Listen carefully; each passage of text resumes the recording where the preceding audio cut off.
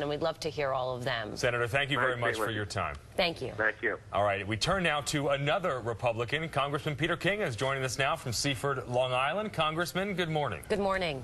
Good morning. Good morning. Congressman, if you can, start with your own personal experience with the former governor. He was a giant. He was a legend. He really embodied what the New York mosaic was about. He was so proud of his Italian heritage, of his neighborhood upbringing in Queens. As a guy who grew up in Queens myself, I really admire the way he made it on his own and really never wavered. We may have had some political differences, but whenever I had the opportunity to be with him, I know my wife was reminding me this morning, one day at the airport, both our planes were delayed. I was going to Indiana, he was going to Ohio, and we just sat there for an hour. And just to listen to him, discuss different issues, different personalities and politics, you just felt that you were in the presence of a giant. And I guess what impressed me the most about his ability was his understanding and mastery of the majesty of the English language. And that, to me, showed an eloquence, not just a good-sounding voice, not just being able to put words together, but do it really in a way which reflected the majesty of the language. And again, he was a giant, and his legacy will go on and on. Congressman, if I could ask you for a critique of his record, you know, he, by his own admission, would say probably one of his failings as governor was what happened to the upstate economy. It was a tough time for those industrial jobs in the 80s and early 90s. What would you say, though, about his record as governor? What was he good at, and what was he not so good at? Well, I would certainly prefer to dwell on what he was good at. Today is really the time to be critical. What he was good at was raising the spirits of New Yorkers. You know, we were going still through rough times. He came in 1982. There was a recession. There were jobs leaving. And he raised the spirit of New York.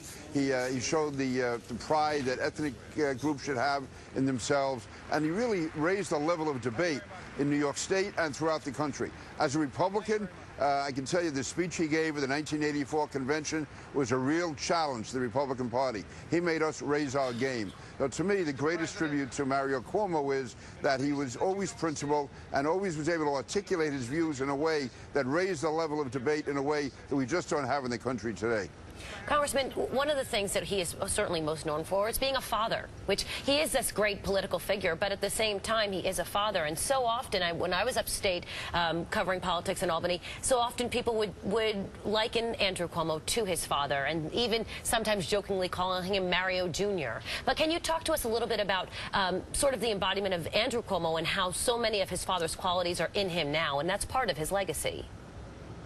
Well, for one thing, I was at the inauguration yesterday. When you listen to Andrew Cuomo, the tone, everything is the same as Mario Cuomo. Obviously, Andrew is his own person, but also he's Mario Cuomo's son. And the two are imbued together. And again, when you talk to Andrew, you realize the reverence he had for his father.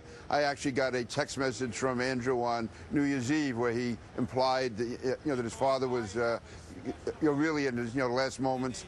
And again, whenever he spoke of his father, the reverence was there, the awe was there, and also the love. And again, that love of family, which reflected itself both with Andrew and Chris, who I also know, it was always there. And Andrew Cuomo is his own man, but he also is Mario Cuomo's son. He's carrying on a legacy. He's building his own legacy, but he's also carrying on the Cuomo legacy, and that's a tremendous combination. Congressman Peter King, remembering the life and the legacy of the late Governor Mario Cuomo. Congressman, thank you very much for your time this morning. Thank you. Very welcome. Thank you. All right, now we turn our attention